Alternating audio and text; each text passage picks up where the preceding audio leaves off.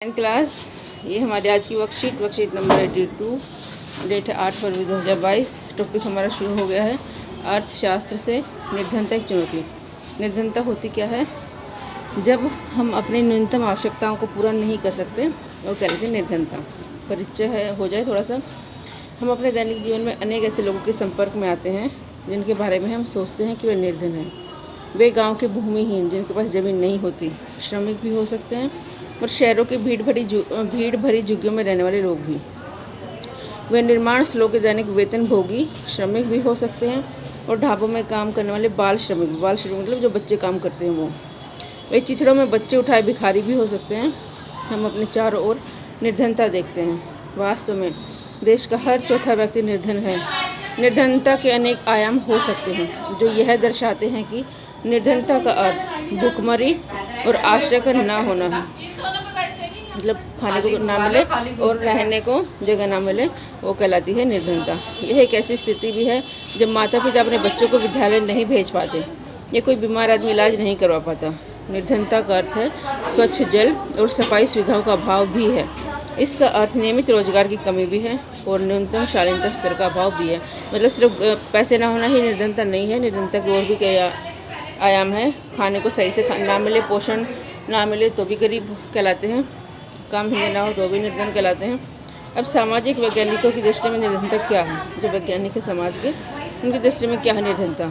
जो कि निर्धनता के अनेक पहलू हैं। सामाजिक वैज्ञानिक उसे अनेक सूचकों के माध्यम से देखते हैं। सामान्यतः प्रयोग किए जाने वाले सूचक वे हैं जो आय और उपभोग के स्तर से संबंधित है, मतलब आय कम हो और खाने लायक भी ना हो। लेकिन अब निर्धनता को निरक्षरता स्तर, मतलब पढ़ाई लिखाई भी नहीं कर पाते हैं अगर, कुपोषण के कारण रोग प्रतिरोधी क्षमता की कमी, मतलब खाने को पर्याप्त न मिले जिससे इम्यूनिटी कम हो जाती है।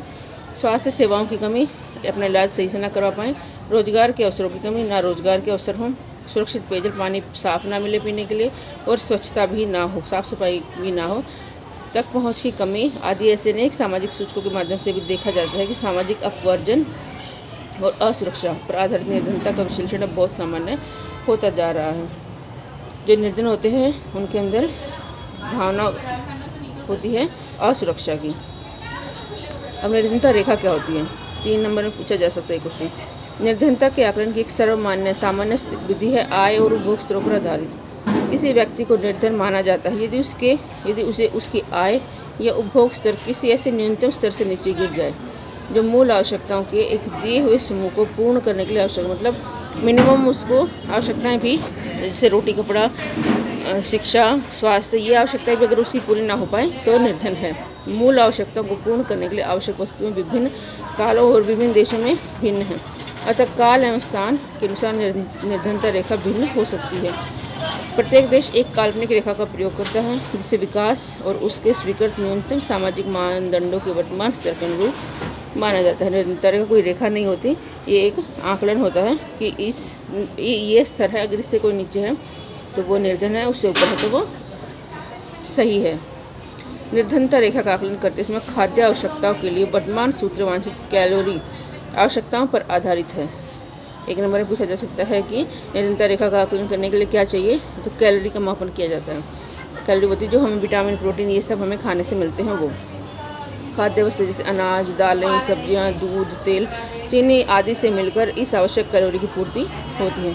भारत में स्वीकृत कैलोरी आवश्यकता ग्रामीण क्षेत्रों में, गांव में ज़्यादा है, 2400 कैलोरी प्रति व्यक्ति और प्रतिदिन, मतलब एक आदमी को रोज़ 2400 कैलोरी मिलनी ही चाहिए, और शहरों में 2100 कैलोरी एक व्यक्ति के लिए रोज़ाना। क्योंकि गांव के लोग जो हैं वो ज़्यादा शारीरिक कार्य करते हैं इसलिए उनको कैलोरी ज़्यादा चाहिए, और शहरों के लोग काम कम करते हैं, शारीरिक काम कम करते हैं, इसलिए उनको कैलोरी कम निर्धारित की गई है उनके लिए। तो ये आपको याद करना है, ये आपको पता होना चाहिए। 1 नंबर में पूछा जा सकता है ग्रामीण क्षेत्रों में 2400 और नगरीय क्षेत्रों में 2100। अब क्वेश्चन है निर्धनता से आप क्या समझते हैं? सामाजिक वैज्ञानिकों द्वारा परिभाषित गरीबी के सूचक क्या हैं? निर्धनता रेखा से नीचे के लोगों के पास किन मूलभूत आवश्यक सुविधाओं का अभाव है? काल और स्थान के अनुसार निर्धनता रेखा भिन्न हो सकती है। अपने शब्दों में अगर मतलब समय, जैसे पहले महंगाई कम होती थी अब ज़्यादा है। पहले जैसे किसी देश में महंगाई कम है, किसी में ज़्यादा, किसी में डॉलर चलता है, किसी में रुपया, उस आधार पर निर्धनता रेखा भिन्न हो सकती है। ग्रामीण क्षेत्रों के लोगों को कैलोरी की आवश्यकता अधिक क्यों होती है? क्वेश्चन आपको खुद करने हैं। तो चलिए आज की वर्कशीट में इतना ही।